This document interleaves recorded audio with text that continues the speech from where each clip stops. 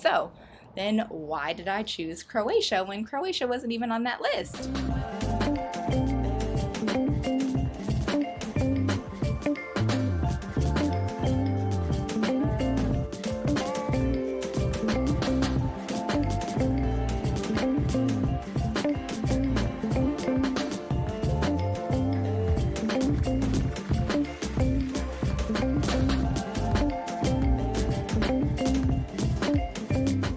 Hey everyone, and welcome back to the Professor's Kitchen. I hope you are enjoying this little video series on my Croatian vacation. If so, don't forget to give this video and the others a thumbs up, like, share, subscribe, and hopefully you'll check out the future videos that I have coming up as well. In part one of our Croatian vacation video series, I talked about how easy it is right now to book many different countries across Europe, specifically how easy it was for us to book Croatia. In part two, I talked about getting onto the airplane and just what the experience was like for us getting through the airport and purchasing things on the plane, purchasing things to eat at the airport, and so on. So if you have not checked out part 1 or 2 of the video series, please make sure that you check out those videos as well and get a full picture of what's going on, full as I could get it, picture of what's going on right now as far as travel across Europe is concerned. I'm sure it's a very similar situation, but I do recommend that you check either the dedicated COVID website for whatever country you're planning to visit, or that you check the US Embassy website for the country that you're planning to visit. And just make sure that you are either vaccinated or you've had your negative COVID test, and find out the information that you need to travel right now. And the restrictions kind of vary from place to place. Of course, you'll probably have to wear a mask no matter where you go, so you'll need to know whether or not you can wear a cloth mask, or if perhaps you have to wear a surgical mask. That is a thing in various places across Europe. So we've had to wear the surgical masks for like months now. So that may be a thing. You want to make sure that you don't get caught off guard if that is the case. So make sure that you are checking, again, the dedicated COVID website for the country that you're planning to visit, and also checking on the airline website to see if there are any specific restrictions regarding the airline travel. So check out those 2 videos to learn more. In part 3 of this video series, I'm going to tell you a little bit about why we chose Croatia in the first place. For those of you who don't know, we have lived in Germany for the past 4 years, and the first couple of years that we were here, we probably visited a different country once a month or once every couple of months, and it was really great. The kids were having a wonderful time, we were having a wonderful time. We got a chance to see a lot of Europe during those first couple of months, but of course COVID happened. There was a huge global pandemic, and so we had to shut all that down, and we have not traveled anywhere in the last 18 months. So we had a good run. We had a really good run. We were having a really great time. But the wonderful thing about right now, and people getting vaccinated, people being able to test really easily, is that a lot of your favorite and my favorite travel vloggers are getting back out there, and they're producing a lot of content. So some of the ones that I follow are like Kara and Nate, who I think are starting to do their international travel and stuff again. I think they started with Italy. And then the Mom Trotter, who has kids, and she talks a lot about traveling with children, which is a big thing for us as well.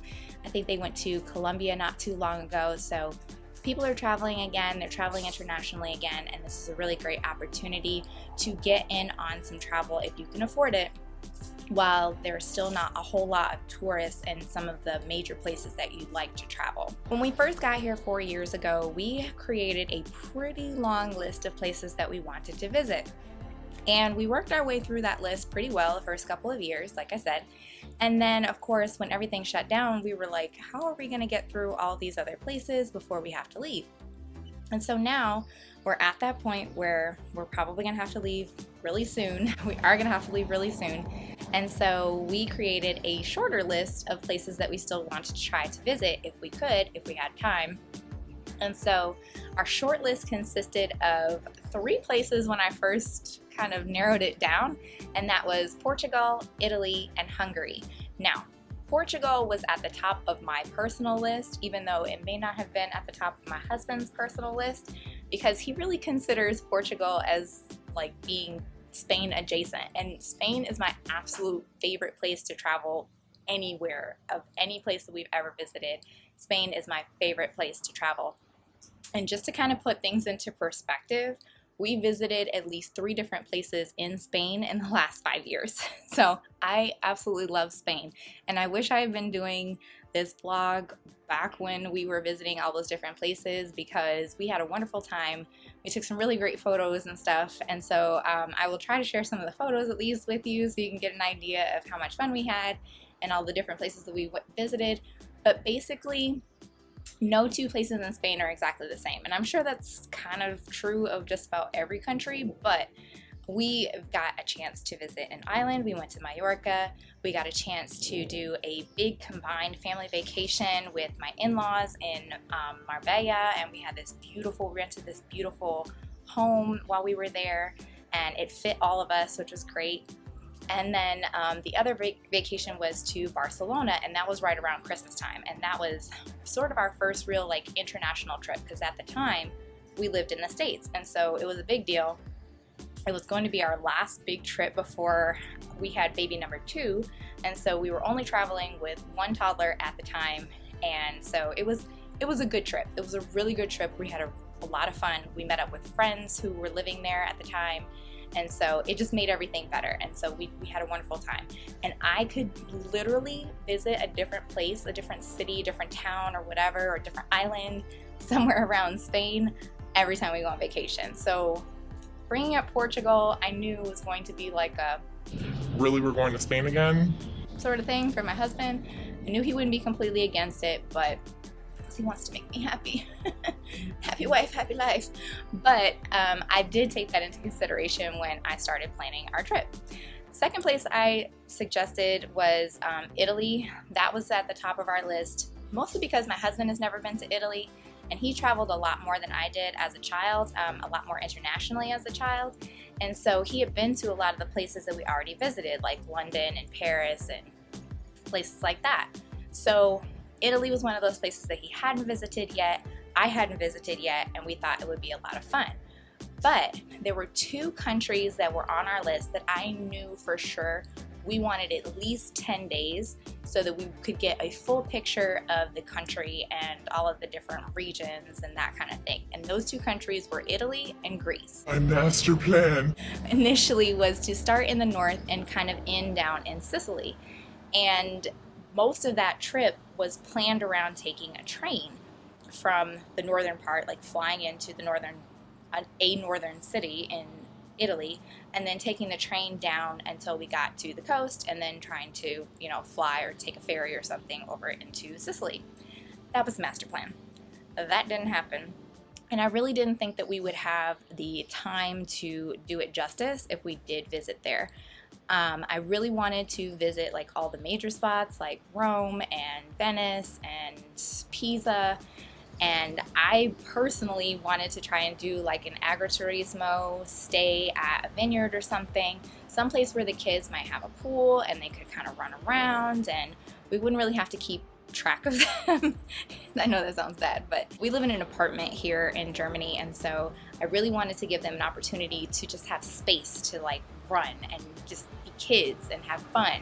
Italy was definitely at the top of the list, but I just didn't really think that we could do it justice in the few days that I knew we were going to be able to get away. So I scratched that one from the list.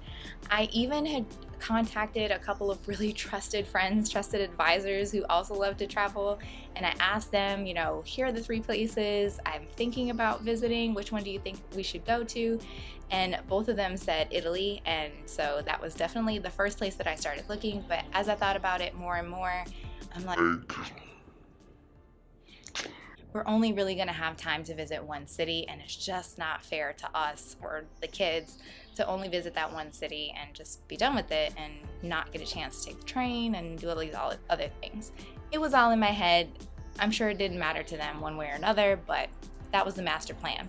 The same thing with Greece, because there's so many different islands. I wanted to give us some time to do a lot of the historical things in, say, Athens, and then also visit some other places that came highly recommended from friends of ours who also have children, like the island of Naxos.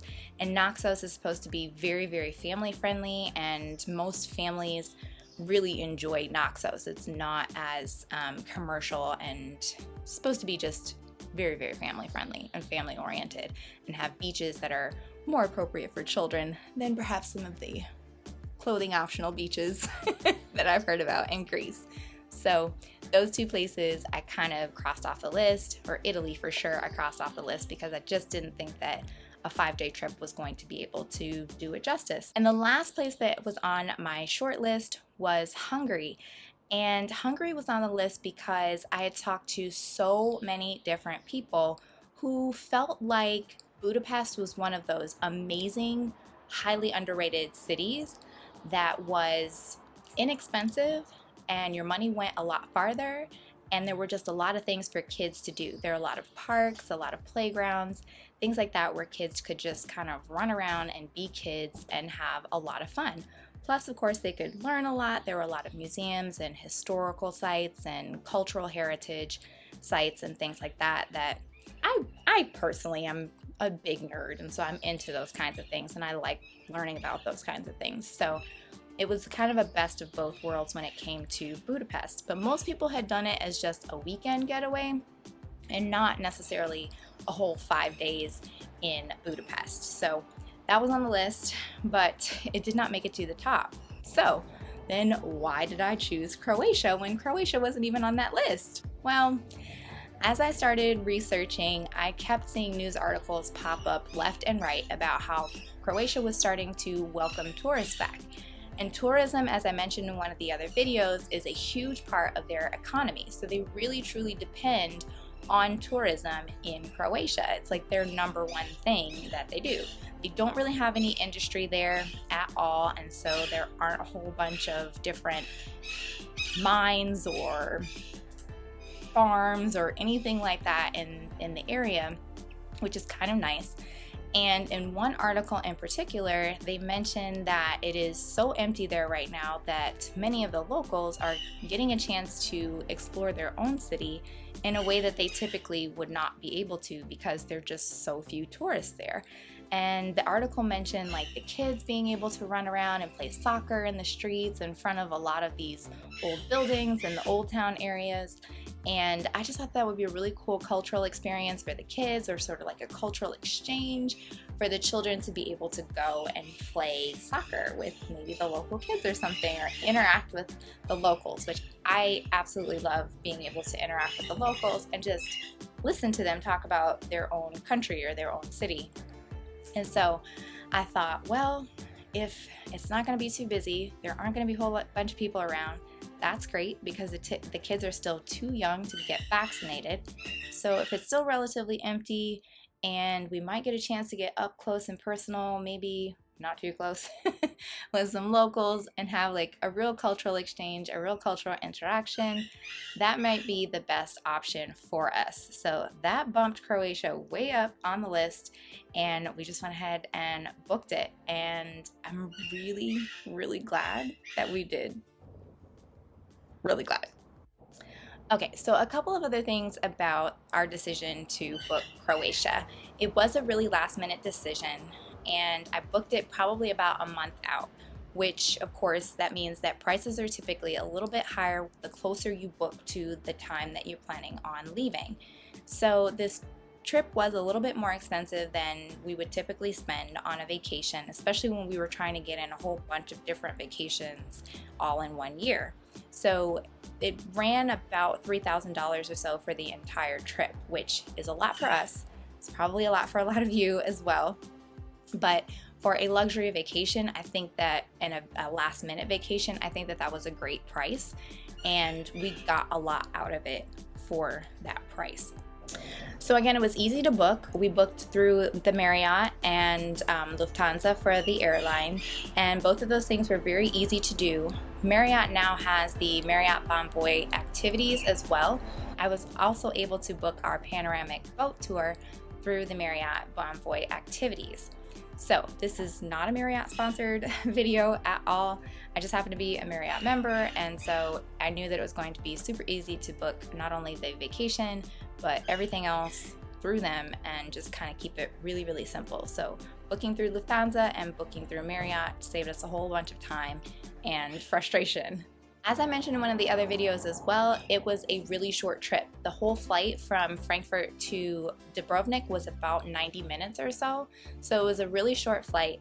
Of course, you tack on 2 hours before your actual flight, and it seems like it's a little bit longer. Technically, if you wanted to, you could drive from different parts of Germany to Croatia, and it's not that big of a deal. You would have a lot of from what I've heard, you have similar restrictions as far as entering the country, but as long as you have your vaccination card or that negative COVID test, driving across the border or various borders to get into Croatia is not that big of a deal. And I believe there's also a ferry that you have to put your car on the ferry to get over to Croatia. Initially, Croatia was at the top of my mommy traveling alone or mommy traveling with friends list. It was going to be a girls trip, so I hadn't really seriously considered it as a place for a family trip, but it ended up being one of our best family trips ever. Absolutely ever. The reasons why I wanted to go and why I wanted to make it a girls trip or to go alone was because I knew that there were these absolutely exquisite beaches, but that they were really rocky coasts. And if you've ever traveled, or if you do travel with small children like we do, they already complain about absolutely everything, like absolutely everything. So if they have sand in their shoes, they complain. And if they have too much sun, they complain. They're hot, they need ice cream, whatever. So I thought, well, I don't really want to take a trip like that and have the kids just complaining the entire time, so maybe I should just do this one alone? I don't know. But they didn't really seem to complain too much about the rocks, and the more I thought about it, they probably weren't going to swim in the ocean or in the sea while we were there anyway, because their swimming skills just aren't that great just yet. So we were really only going to spend time in the pool, and if we're just going to spend time in the pool, then we'll just book a hotel with a pool, and the kids will get in the pool, and everyone will be fine, and I will be fine with not swimming in the ocean. That's just the thing with kids. Personally, I also like to visit historical sites and learn again about the history of the country and the people, the culture, things like that. So again, I like talking to the locals, getting their opinions about things, and just kind of chatting with an Uber driver is sometimes enough to get a lot of information. The last thing that I was really interested in, because I am a huge foodie, if you do not follow me over on Instagram, you should. You should, because I post a lot of food over there, a lot of really good food over there. I love finding different cuisines and trying different cuisines whenever we travel. And specifically, I love seafood. I cannot get enough seafood. I never can get enough seafood. I absolutely love seafood. So visiting a Mediterranean country, I knew I was going to get really good seafood, and I have not gotten very good seafood here in Germany. So I was really looking forward to fresh seafood. There are very few tourists there right now, and when we visited, there were huge open areas where the kids could really kind of run around and not get lost in crowds of people. The people of Dubrovnik are pretty used to hosting UK and US tourists, so you will hear a lot of English, and just about everyone that we interacted with spoke a pretty good amount of English, so it was really easy to get around and really easy to communicate with all the locals. I want everyone to be really friendly, really welcoming, really encouraging. They wanted us to do all of the different activities that we could, as many different activities as we could while we were there. And so we had a really great time, and we really enjoyed spending the entire 5 days there, and we were not ready to leave. And I don't think we were the only ones. Again, just about everyone that I've seen so far that has had an opportunity to visit there has loved it so much that the few days that they were there were just not enough. For the most part, Croatia had really clear COVID regulations as well.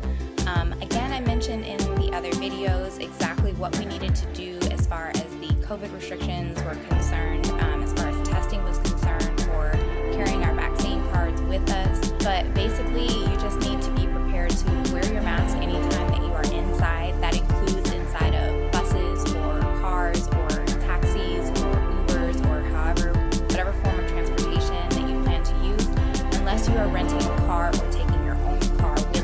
There are a limited number of restaurants open right now, but you can really barely tell that there are a lot of closures. The restaurants that were open and available to us had a lot of outdoor seating, which was great because you could have your mask off while you were sitting there eating. If you did choose an indoor option, which was an option as well, you did need to keep your mask on. All of the employees were wearing masks, even those who were vaccinated. And you could take your mask off, though, obviously, once you started eating and drinking. So it was basically the same concept as when we were on the airplane. If you were interacting with a member of the staff, in the airline case, the flight attendants, you did need to keep your mask on, but then when you were eating or drinking, you could take it off. A few additional procedures that I didn't really expect. So at the Sheraton Dubrovnik, which is in Malini, near Dubrovnik, about 15 minutes drive outside of the city, we were required to put on surgical gloves and wear our mask whenever we were going into the buffet breakfast in the morning. The gloves were provided and there was still some service available as well. All of the employees that served us, though, were wearing masks and gloves during the serving process. So it was very clean, it was very safe. I felt very safe the entire time.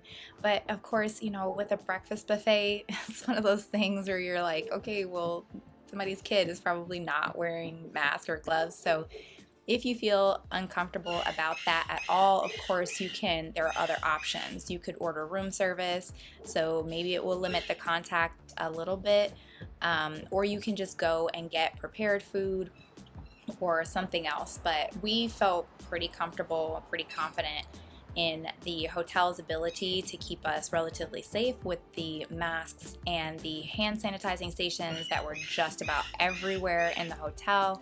All of the entrances and exits, any door basically had a hand sanitizing station there.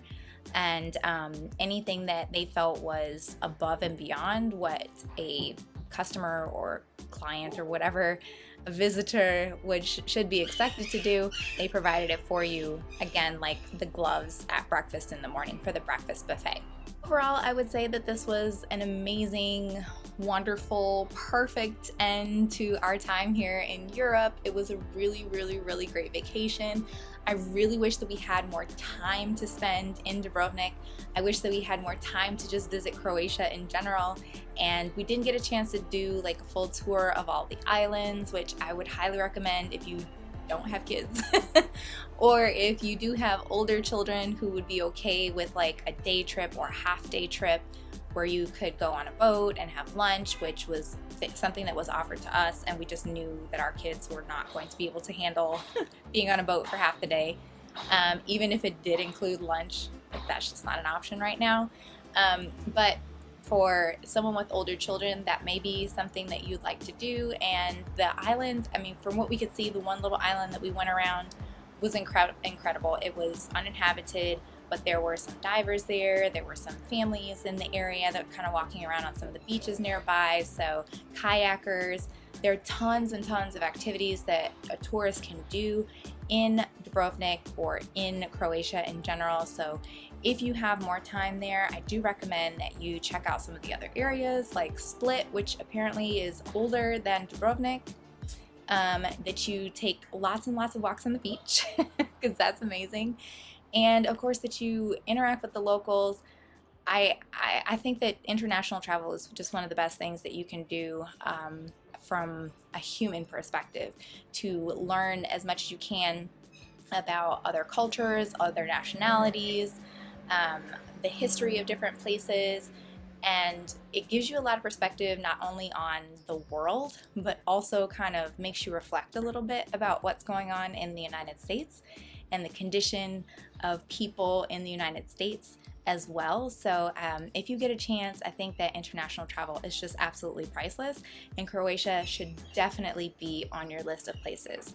Thank you again for watching this video. Don't forget to like, comment, share, and subscribe. I will be posting another video pretty soon, most likely on how to travel without car seats. So this is probably a really big thing for people with small children. For a while we had 2 under 2. Our kids are about 19 months apart. So for a very, very, very long time, we probably should have, could have been traveling with car seats, but we never have. And so if you want to learn more about how you can do international travel without taking along your car seats, then definitely subscribe to the channel, and I will see you in the next one. Ciao for now.